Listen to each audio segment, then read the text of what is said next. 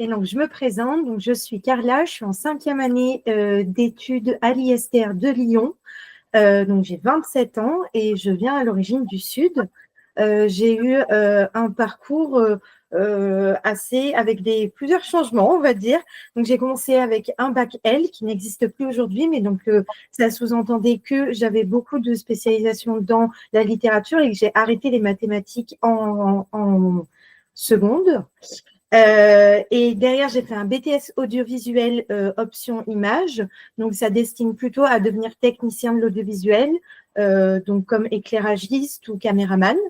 J'ai eu une année transitoire où j'ai travaillé dans une formation distancielle, mais qui m'a pas convenu. Je ne sais plus comment ça s'appelle, les formations, enfin, bref. Et après, j'ai fait aussi quelques cours en licence sciences du langage, mais c'était à cours ouvert. Je ne me suis pas inscrite vraiment pour passer les épreuves et valider les semestres. Et j'ai travaillé à côté comme aide à domicile et garde d'enfants. Ce qui a été important aussi pour notamment mon dossier Parcoursup. Et donc, l'année d'après, j'avais tenté cette année-là un peu transitoire de passer les concours d'orthophonie toute seule et j'y suis pas du tout arrivée. À l'époque, il y avait encore les concours. Et donc, j'avais pris la décision l'année d'après de m'inscrire dans une école préparatoire où j'ai rencontré Madame Girard et grâce à qui, aujourd'hui, je suis bien entrée en école d'orthophonie. Moi, à l'époque, c'était des cours en présentiel. Mais j'ai aussi eu droit aux préparations à Parcoursup, puisque c'était la première année où il n'y avait plus de concours et ça passait par Parcoursup. Voilà, et sinon, à savoir aussi, actuellement, je vais commencer ma pratique dans le Gard, donc je retourne vers chez mes parents. Si jamais vous voulez, il se trouve que vous avez besoin d'une orthophoniste par là-bas. Voilà. Du coup, je pense qu'il peut y avoir plusieurs questions. Tu as précisé, Carla, que tu avais arrêté les mathématiques en seconde. C'est important ou pas comme détail, par exemple, pour les lycéens qui se posent cette question? Effectivement, pour moi, ça a été important cette donnée. En fait, je me suis rendu compte pendant mon année transitoire que j'avais énormément de lacunes en sciences générales, en fait, globalement. Après, heureusement, il faut se dire que mon BTS contenait quand même des sciences physiques, pas de mathématiques, mais des physiques appliquées, ce qui m'a quand même aidé après pour la première année d'orthophonie où il y a de la physique acoustique notamment.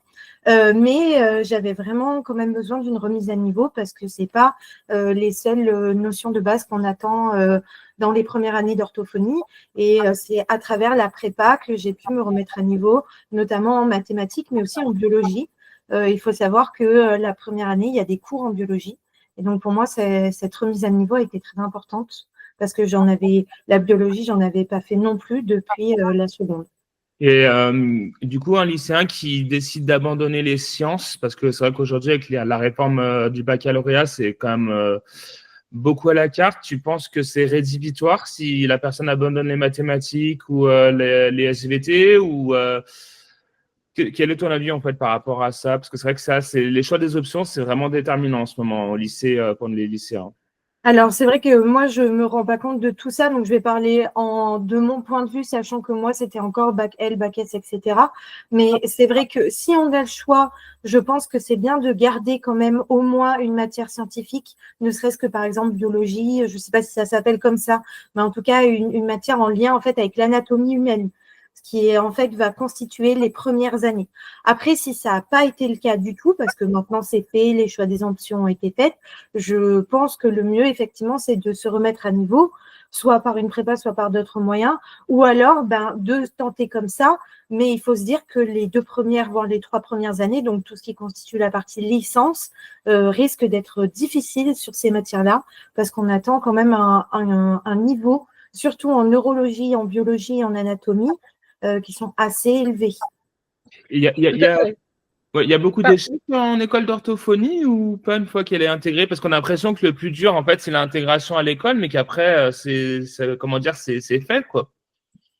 Non, effectivement, il faut se dire que c'est quand même assez cadré. Même une fois rentré en école, malheureusement, il y a des possibilités de s'en faire sortir. Il faut savoir qu'on n'a droit qu'à un seul redoublement par cycle.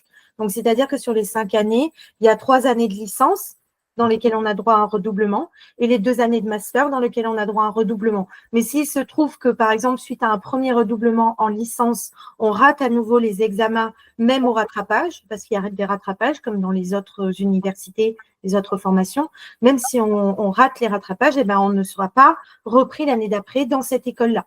Donc, ça ferme les portes de l'école. Il est possible de se représenter dans d'autres écoles, mais déjà faut-il encore être pris à nouveau. Et il faut savoir que même si on se représente, donc on recommence en L1. Il n'y a pas de passerelle qui existe actuellement.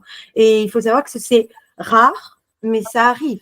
Et ça arrive de plus en plus, malheureusement, parce que les étudiants, avec Parcoursup, des fois, se rendent pas compte derrière de la masse de travail qui est demandée, surtout de toutes les connaissances qui sont attendues.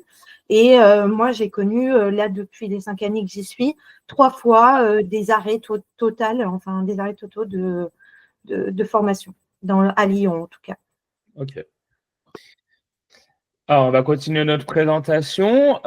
Pour la présentation du métier d'orthophoniste, qui veut se lancer? Je laisse parler Carla. Très bien.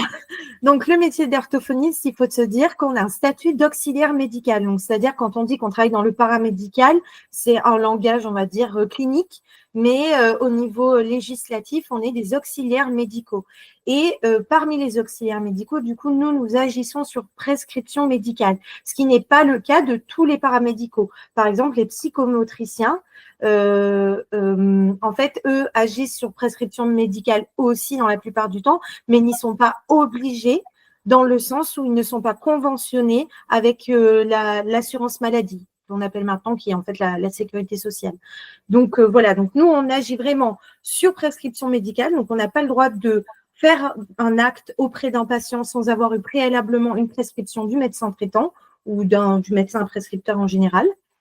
Donc, on est considéré comme des rééducateurs et non, on va dire, des médicaux. Donc, le cœur de notre métier, c'est la rééducation. On n'est pas forcément là pour faire du curatif, c'est-à-dire comme un chirurgien qui va arriver, qui va réparer une suture. Voilà, c'est quelque chose qu'il faut savoir. Et donc, nos trois grands verbes, on va dire, qui qualifient notre pratique, c'est prévenir, évaluer et traiter. Prévenir, ça veut dire en fait agir avant l'arrivée d'un problème. Donc, on va être là aussi en tant qu'informateur, conseiller auprès à la fois du patient, mais aussi de sa famille, pour prévenir la survenue peut-être d'autres complications. On est là aussi pour évaluer, c'est-à-dire que un des cœurs de notre métier, c'est le diagnostic. C'est quelque chose, d'ailleurs, ce qui est prescrit, ce ne sont pas les séances, ce sont les diagnostics. Le médecin traitant prescrit le diagnostic, mais nous prescrivons nous-mêmes, depuis quelques années maintenant, nos propres séances. Et donc après, traiter correspond en fait à la rééducation, donc aux séances qui vont suivre, dans la plupart des cas, le bilan, mais pas toujours. Et il faut savoir que, donc j'en reviens à cette idée on est conventionné avec l'assurance maladie, et donc vous pouvez aller voir sur Internet, taper AMO, vraiment les lettres, orthophoniste 2024, et vous aurez en fait notre grille de cotation, et vous verrez tous les actes qu'on peut coter, comme le ferait un infirmier. Donc on est payé à l'acte. Donc, pour chaque bilan, chaque séance, on a un volume horaire minimal à respecter et on ne peut pas faire tout ce qu'on veut. C'est un métier qui est assez libre. On a plein de manières de rééduquer qui, de toute façon, ne va jamais ressembler à 2 patients pareils. On ne va jamais appliquer exactement la même chose, mais on a quand même un cadre réglementaire où on va devoir, en fait, appliquer certaines cotations. Ensuite, donc, j'en reviens à qu'est-ce qu'on pratique, donc qu'est-ce qu'on rééduque. Donc, c'est un métier qui est très varié. Il faut savoir que c'est toujours en évolution. Et à la fois, c'est un métier jeune, finalement, parce que du coup, vraiment, on est en expansion, on va dire que depuis les années 60. Il y a une histoire avant, mais on va dire que vraiment, on s'installe depuis les années 60, ce qui est assez récent. Mais il y a vraiment une expansion et donc le cœur de notre métier, avant tout, c'est la communication. On est là, voilà, pour aider les patients qui ont des troubles de la communication, que ce soit lié à la voix, Donc, vraiment, voilà, à la parole et au langage en général, qu'il soit oral ou écrit. Après, l'autre cœur de notre métier, c'est aussi les apprentissages, donc le développement de l'enfant, en fait. Et dans le développement de l'enfant, on a les apprentissages. Et c'est là que rentre ce qu'on appelait avant la dyslexie, qu'on appelle aujourd'hui le TSLE, donc le trouble spécifique du langage écrit. Et rentre aussi, par exemple, la cognition mathématique, qui est finalement une branche assez récente de l'orthophonie. Et ça rentre vraiment dans ce qu'on appelle les troubles des apprentissages. Et enfin, il faut savoir qu'aussi, donc, on vient rééduquer tout ce qui touche à la zone oromyofaciale, donc vraiment cette zone-là. Et il faut que le problème ne soit pas mécanique, musculaire, mais soit lié en fait au neurologique, ou en tout cas au contrôle de ces muscles. Sinon, c'est d'autres branches de profession avec lesquelles on peut collaborer. Il peut y avoir une atteinte musculaire, mais si c'est uniquement une atteinte musculaire, nous n'intervenons pas. Nous intervenons vraiment dans la manière dont le cerveau va traiter les informations pour pouvoir guider le corps. Et donc, dans cette branche-là, on peut retrouver, par exemple, les troubles de l'oralité, de la déglutition, la motricité bucco-faciale. Et en fait, cet ensemble, finalement, de champs d'intervention vont faire qu'on va rééduquer à absolument tous les âges. Voilà, je ne peux pas vous donner une branche approximative. Il y a des fois des fausses informations qui circulent en disant, par exemple, l'orthophonie commence à 3 ans. C'est faux. Parfois, on peut même aller, en fait, il y a des orthophonistes qui travaillent, et d'ailleurs, c'est un lien avec ce que je vais dire après, en salariat, dans comment on appelle ça, dans des centres pédiatriques en hôpital. Donc, vraiment à l'aile pédiatrique de l'hôpital, vraiment dès la naissance, en fait, en néonate, on a des orthophonistes qui travaillent notamment sur des troubles de l'oralité, par exemple, ou sur des problèmes de fente labiopalatine. Voilà. Et donc, on peut travailler en salariat, souvent dans des institutions médicales comme des hôpitaux, mais pas seulement. Il peut y avoir des IME, il peut y avoir des hôpitaux de jour, même parfois des interventions en EHPAD. On peut travailler en libéral, ce qui quand même constitue la majorité des pratiques des orthophonistes en France actuellement. Et on peut travailler en mixte, donc c'est-à-dire il y a des orthophonistes qui travaillent par exemple la moitié de la semaine en libéral, elles ont leur cabinet, et l'autre moitié de la semaine dans un centre, ou même par exemple, comme on est quand même assez libre sur comment on va agrémenter notre emploi du temps, il y a des orthophonistes qui travaillent 4 jours en libéral et le dernier jour en SSR ou en hôpital. Voilà. Je vais poser une petite question qui est un peu vénale, mais je pense qu'il doit être posée. C'est est-ce que c'est facile au final de s'installer en libéral? Parce qu'on pense à d'autres professions où aujourd'hui c'est de plus en plus compliqué. Je pense notamment aux diététiciens, parce que c'est vrai qu'avec Muriel, on travaille dans une autre école où on a un BTS diététique. Et par exemple, les diététiciens, c'est hyper compliqué de s'installer en libéral parce que le temps de perdre sa clientèle ou patientèle, c'est difficile. En ce qui concerne le métier d'orthophoniste, est-ce que tu aurais une idée un peu du marché? Il faut se dire, donc voilà, en orthophonie, on parle vraiment de patientèle et pas de clientèle, c'est à savoir. Et donc, en fait, au niveau de cette mouvance de patientèle, c'est vrai qu'en orthophonie, il y a une demande qui est énorme, qui a plusieurs facteurs qui s'expliquent, pas simplement parce qu'on manque d'orthophonistes, mais aussi parce qu'en fait, les orthophonistes rééduquent de plus en plus de choses. Et donc, forcément, ça augmente le nombre de patients qui ont besoin d'aller voir une orthophoniste. Donc, c'est vrai que les orthophonistes ne sont pas en peine concernant en fait l'emploi du temps. C'est souvent même l'inverse, c'est-à-dire qu'il y a des orthophonistes qui appellent à l'aide, surtout dans des régions isolées. Par exemple, là où je vais m'installer sur Alès, pour vous donner un peu des exemples concrets, je vais être là dans mon cabinet qui est une SCI, je vais être la 4e orthophoniste, qui est déjà bien. Et d'ailleurs, il existe, vous pouvez aller voir, c'est des informations qui sont officielles sur les sites de info.gouv, etc. Il y a des graphiques un peu de répartition des professionnels.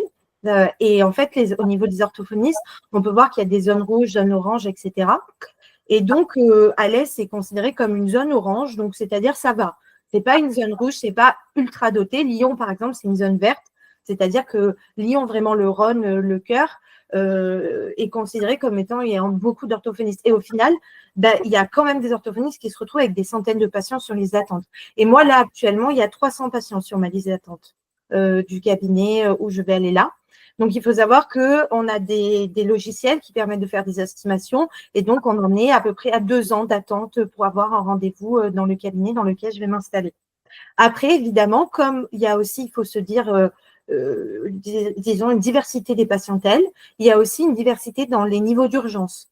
Donc, ce n'est pas parce qu'une personne va s'inscrire maintenant qu'elle va attendre 2 ans en fonction de son urgence, notamment, par exemple, pour des cas de post-opératoire où il faut agir très vite. Voilà. Mais effectivement, l'orthophonie, c'est un métier où voilà, on ne va pas être en manque, ça c'est sûr, sauf, et ça c'est un fait assez connu auprès des orthophonistes, dans une ville en France. Ce n'est pas Paris, ce n'est pas Lyon, c'est Annecy. Il est extrêmement difficile pour les orthophonistes de s'installer à Annecy. La plupart des orthophonistes prennent, on va dire, un mur quand elles essaient, parce que c'est la seule ville de France où il n'est pas recommandé aux orthophonistes d'aller s'installer. Voilà, pour le petit fait.